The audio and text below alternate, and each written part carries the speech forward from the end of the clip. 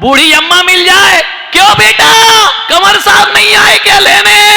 अब क्या क्या जवाब दे। मोहल्ले वालों ने जीना दुश्वार कर दिया। अरे तेल जले तेली का दिल जले मसाल। बाप को उतनी तकलीफ नहीं जितनी मोहल्ले को तकलीफ हो जाती है। सहेलियां मिली, अरे तेरी शादी हुई थी बड़ा मजा आया था, 1 महीने हो गए तू गई नहीं, जीजा जी लेने नहीं आए, कब काहे का जीजा, यहां नहीं मिल रहा बीजा, ध्यान रखना है। सहेलियां पूछे, किसी की शादी में जाए तो लोग पूछे 2 महीने हो गए तू भी ससुराल नहीं जाती है, कोई खटपट चल रही है, पति से संबंध अच्छे नहीं है क्या? उसने तो सिर पकड़ लिया कि महाराज मेरा जीना दुश्वार।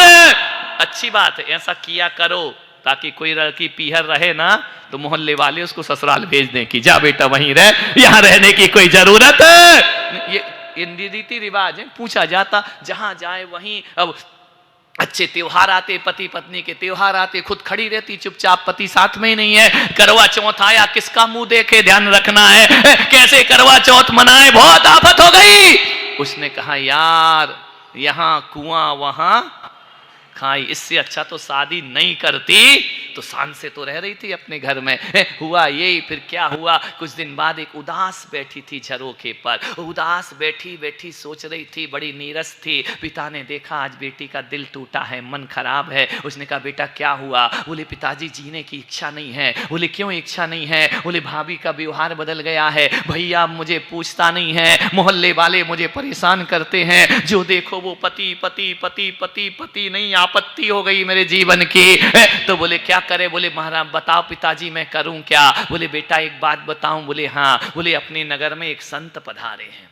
तो बोले क्या कह रहे, दीक्षा ले लूं मैं? बोले नहीं दीक्षा भिक्षा मत ले, तू लेगी भी नहीं, तेरे लक्षण दीक्षा के है ही नहीं है। तो बोले क्या कहना चाह रहे हो?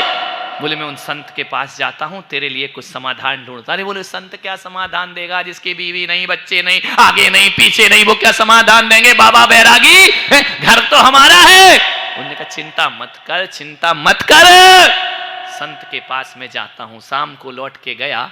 बोले बेटा संत ने एक मंत्र दिया है, यदि वो मंत्र तू जपेगी तो पूरी ससुराल तेरी मुट्ठी में आ जाए। मुट्ठी में? बोले हाँ। अरे बोले यही तो चाहिए मुझे, कोई मुझे रोके नहीं, कोई मुझे टोके नहीं, सास ये ना कहे कहां जा रही है। यही तो कष्ट है। और कष्ट क्या है तुमको ससुराल में? यही तो है कि टोका जाता है, बोला जाता है, पूछा जाता है। बोले ससुराल तेरी मुट्ठी में आ जाएगी। बोले पिताजी आ जाएगी? बोले हाँ। बोले बेटा ससुराल जाएगी? अरे बोले मुट्ठी में आ गई तो कौन नहीं जाएगा, मुट्ठी में तो चाहिए, सारी चाबियां मेरे पास आ जाएं, घर का हुक्म मेरे पास आ जाए। बोले आ जाएगा बेटा, आ जाएगा। कैसे आएगा पिताजी? महाराज ने एक मंत्र दिया है, 6 महीने जपना है। 6 महीने? बोले हाँ जपना तो पड़ेगा बेटा, यदि पूरी हुकूमत करना है, राज्य करना है ससुराल में। बोले जप लूंगी, बताओ कौन सा? बोले नहीं तू मंत्र मत जपना, मंत्र तो मैं जपूंगा। बोले तुम जपोगे और मैं ठीक हो जाऊंगी? बोले हाँ ऐसे ही है, बाबा तो बाबा है, चमत्कारी है, दवाई कोई खाए ठीक कोई होता है। तो बोले ऐसा हो जाएगा? बोले हो जाएगा, लेकिन बेटा तुझे थोड़ी सी साधना करना पड़ेगी। बोले साधना? क्या साधना करना पड़ेगी? 6 महीने, 6 महीने बस ससुराल में किसी को जवाब नहीं देना और गुस्सा नहीं करना। बोले पापा ये तो बहुत कठिन काम है। तो बोले फिर तू देख ले, फिर यहीं रहे। उसने कहा ठीक है कर लूंगी। पक्का? बोले हाँ। बोले तूने एक दिन भी गुस्सा किया और जिद की, किसी को जवाब दिया तो मैं जो 1.25 करोड़ मंत्र जप रहा हूं वो सब फेल हो जाएंगे मेरे। और जब तुझे गुस्सा करने का मन करे तो सोचना कि मेरे पापा दिया जला के मेरे लिए जाप कर रहे हैं। ठीक है पिताजी, लेकिन पापा 6 महीने बस, उससे ज्यादा नहीं। बोले हाँ बेटा पक्का गारंटी। बोले अजमा के देखते हैं। घर गई, बड़ी शांत, बड़ी लाज में शर्माती। सास ने देखा, फिर आ गई। ये तो गई थी छोड़ के कि अब नहीं आऊंगी, फिर आ गई। जैसे ही गई सास के पैर पड़े, सास ने ऊपर से नीचे तक देखा, ये बोई वाली है या दूसरी है? इसने तो जिंदगी में पैर नहीं पड़े, मेरे 10 दिन मेरे नाक में दम कर दिया। बोली अम्मा जी आशीर्वाद दो, मैं आपके घर को स्वर्ग बनाऊं। बोले नरक बनाना तू नहीं सीखा है। ठीक है गई, सुबह 6 बजे उठी, किचन में गई, चाय नाश्ता बना रही। 6 बजे 8 बजे सो के उठते थे। सास ने ननंद से कहा कि बेटा देख बिल्ली इल्ली घुस गई कि चौके में। बेटे ननन ने जाके, अरे अम्मा! बोले क्या? बोले बिल्ली नहीं है। बोले कौन है? बोले दिल्ली वाली। अच्छा बिल्ली नहीं दिल्ली, कर क्या रही है देख। चुपचाप देख रही है ननन। आदत तो वही है यहां की वहां करने की। ननन से बड़ा पत्रकार कोई नहीं होता दुनिया में, ध्यान रखना। मीडिया में उसको जगह मिलना चाहिए, अखबार वालों में। उसने देखा, बोले हाँ, चाय बनाई, नाश्ता बनाया, ट्रे में लगा के ला रही। आते समय प्याला गिर गया, टूट गया। ससुर ने बोला अंधी है क्या? आते ही महाभारत शुरू करी, पूरा गिलास तोड़ के रख दिया, प्याला तोड़ दिया। आंखों में दिखता नहीं है तुझे? उसे याद आए बाप की माला फेर रहा होगा। उसने कहा पिताजी गलती हो गई, कल से ढंग से चलूंगी, क्षमा कर दीजिए। ससुर ने कहा ये कौन है? मन में तो कह रही बुढ़े 6 महीने ध्यान रखना, यदि मेरा बाप जाप नहीं कर रहा होता तो प्याला तेरे सिर पे फूटता। वो तो किस्मत है तेरी कि मेरा बाप वहां जाप कर रहा है। कंट्रोल। बोली पिताजी कल से ध्यान रखूंगी। ससुर ने कहा यार इतना परिवर्तन, ये कौन है? सास को बुलाया, सुनती है? बोले हाँ। ये बोले क्या बोल रही है? क्षमा कर दो। सास बोली चुप रहो, थोड़ा मूड सही है, बिगाड़ो मत तुम उसका। समय पे भोजन बनाए। मम्मी से बोली सास से कि आज से खाना मैं बनाऊंगी, तुम मत बनाना। सास ने कहा तू खाना बनाएगी? बोले हाँ। बोले क्यों? बोले मैंने पुलक सागर महाराज के प्रवचन में सुना है कि पहले भूखे को भोजन कराओ फिर खाओ। कोई भी अपने आप तो बोले मैं, मुझे क्या भिखारी समझ रखा है क्या?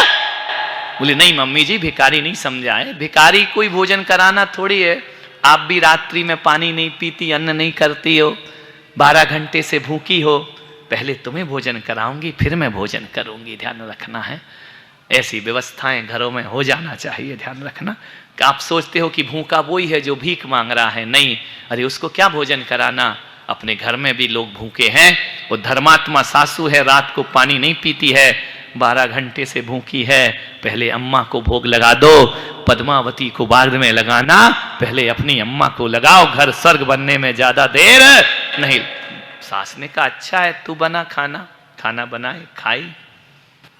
ससुर देवर आए, भैया क्या लोगे? ठंडा लोगे, गरम लोगे? लस्सी बनाऊं या जूस बनाऊं? सागवाड़ा में दोनों मिलते हैं, क्या लेना चाहोगी? ससुर ने कहा, देवर ने कहा भाभी तुम वही वाली भाभी हो, क्या समझते हो? और फिर कंट्रोल कंट्रोल, रोक ली जुबान उसने।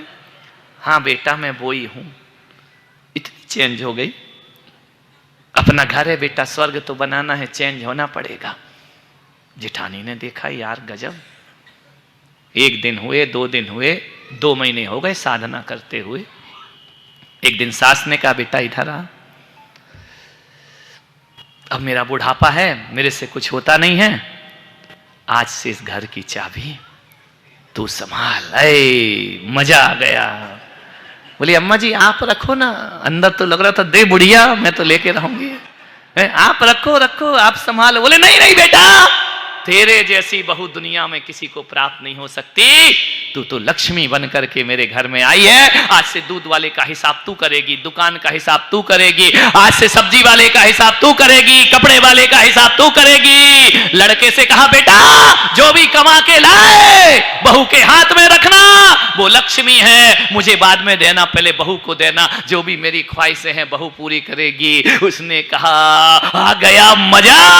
बहू ने कहा बन गई मैं शहजादी और रानी, मजा आ गया। उसने कहा मिल गया। बोले यार कौन से महाराज ने मंत्र दिया है, 6 महीने से पहली घर मेरी मुट्ठी में आ गया है। ननन भाभी भाभी भाभी, देवर भाभी भाभी भाभी, जेठानी देवरानी देवरानी करती, सास बेटा बेटा कहती। और ससुर जी जब दुकान से लौटते, बाजार से लौटते, शाम को रोज उसके लिए मीठा लेकर आते। ससुरो खाली हाथ चले आते हो, काय को इंतजार करेगी वो? रोज मथुरा के पेड़े लेकर आता, कीमती कीमती मिठाइयां लाता, मेरी बेटी रात में नहीं खाती है, फलाहार करेगी। कभी खिचड़ी लेकर आता साबूदाने की।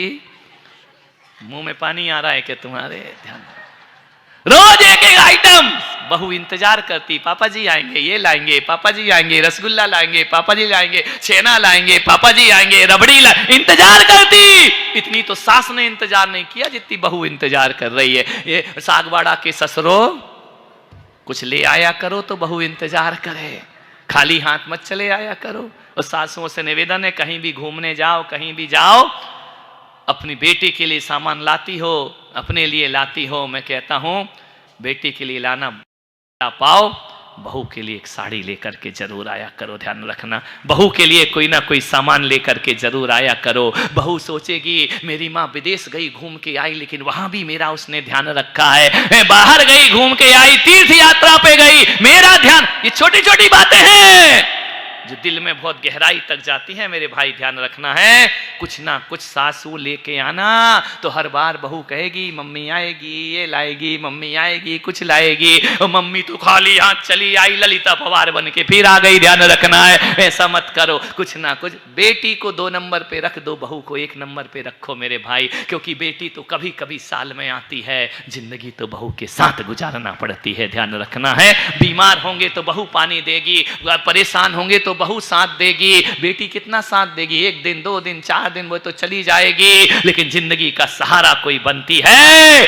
असली बेटी बहु बेटी नहीं होती, असली बेटी हमारी बहू असली बेटी हुआ करती है। उसके नाज उठाया करो थोड़े से। वो भी अपना घर परिवार छोड़कर आई है, वो भी गृहस्थी छोड़कर आई है। तुम्हारी झिड़कियां सुनने को नहीं आई है, तुम्हारे उलाहने सुनने को नहीं आई है। वही भी प्यार चाहती है मेरे भाई। ध्यान रखना, आज घरों में दौलत है, रुपया है, पैसा है, प्यार दिखाई नहीं दिया करता है। सासुओं से निवेदन है, बेटी से कहना तू नंबर 2 पे और बहू मेरी नंबर 1 पर हुआ करती है। ध्यान रखना है। और ये भी नहीं कहूंगा कि बहू को बेटी मानो, बिल्कुल नहीं मानना। सब ढोंगे, पाखंड, सब बातें हैं। बहू को बेटी मान लोगी तो गड़बड़ हो जाएगा, रिश्ते बिगड़ जाएंगे। ध्यान रखना है। बोले कैसे? बोले ऐसे कभी बहू बेटी है तो तुम्हारा बेटा उसका क्या हुआ? तो तुम कौन सी जात के हो भाई? भाई बहन शादी करते हैं क्या? ध्यान रखना, बेटी नहीं, बहू को बहू मानो, बेटी को बेटी मानो। तुम मानते वही हो, बस बोलते हो मुंह से। आपसे निवेदन है, बहू को बहू मानिए। एक दिन रक्षाबंधन का दिन आया, भाई लेने आया। भाई ने कहा मैं चल राखी बांधने। बहू ने कहा सासू से पूछ लो। पहले दिन क्या कहा था, उससे क्या पूछना, पूछ लो। गया, बोले अपनी बहन को ले जाऊं।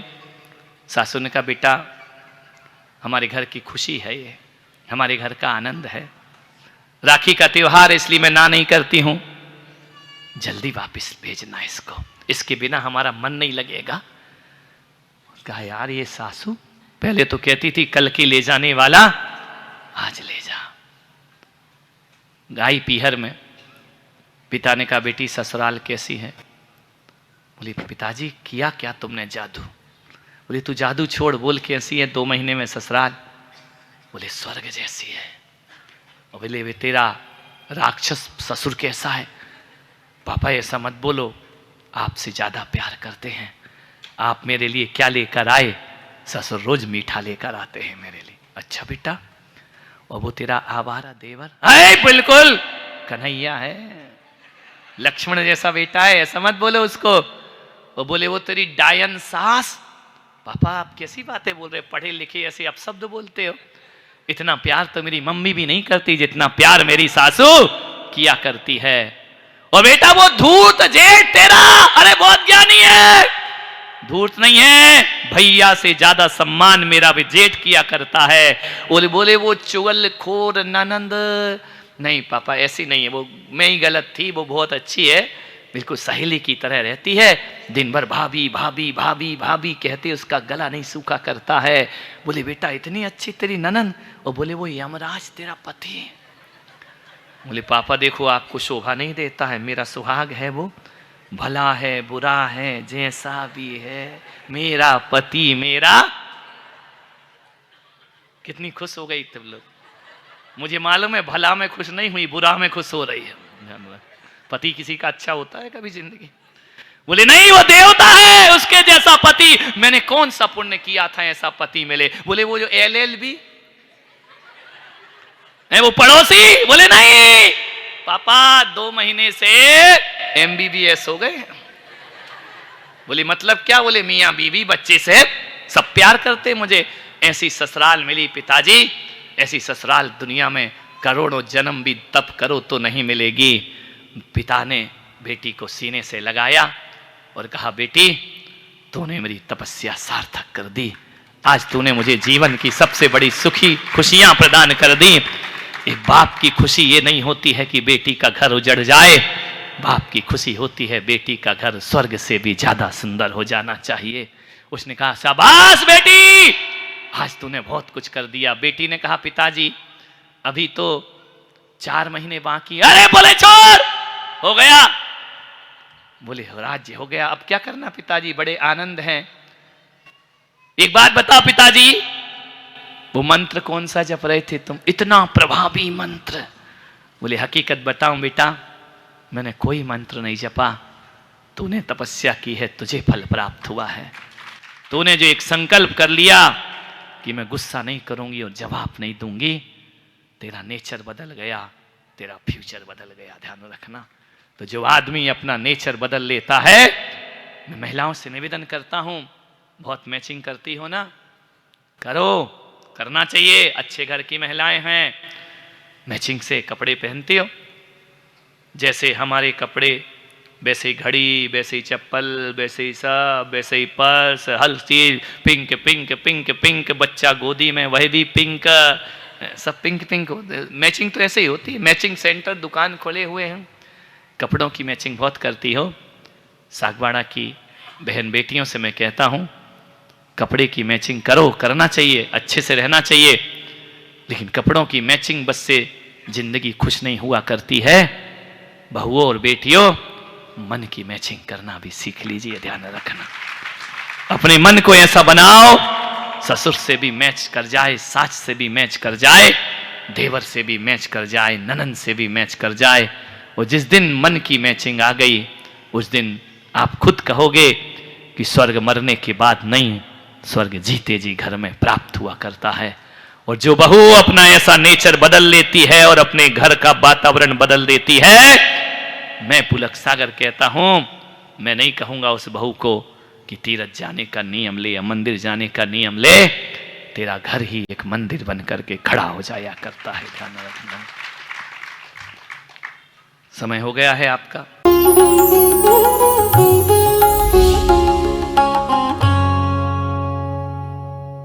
भगवान महावीर के अमर संदेश जीव दया की राह पर चलते हुए भारत गौरव राष्ट्र संत आचार्य श्री पुलक सागर जी गुरुदेव की प्रेरणा से वात्सल्य धारा ट्रस्ट द्वारा संचालित एक महाअभियान शिक्षा और सेवा समय की मांग। वात्सल्य धारा एक समाधान, मानवीयता की दुनिया में बढ़ते कदम। वात्सल्य धारा एक प्रकल्प अनेक, सुशिक्षा, सुस्वास्थ्य शिविर, औषधि वितरण, वात्सल्य धारा रुग्ण वाहिनी, अहिंसा प्रसाद, माँ जिनवाड़ी संग्रहालय, जीव दया, गौ सेवा, कन्यादान, वात्सल्य धाम। सामर्थ्य अनुसार सहयोग धनराशि प्रदान कर हमसे जुड़े। बैंक खाता विवरण निम्नवत है, अथवा आप अपनी दान राशि दिए गए QR कोड को स्कैन करके हमें UPI द्वारा सीधे भेज सकते हैं। आपके द्वारा दिया गया दान आयकर की धारा ATG के अंतर्गत कर मुक्त है। पूछताछ हेतु हमें संपर्क करें 991098 7666 98109 00699।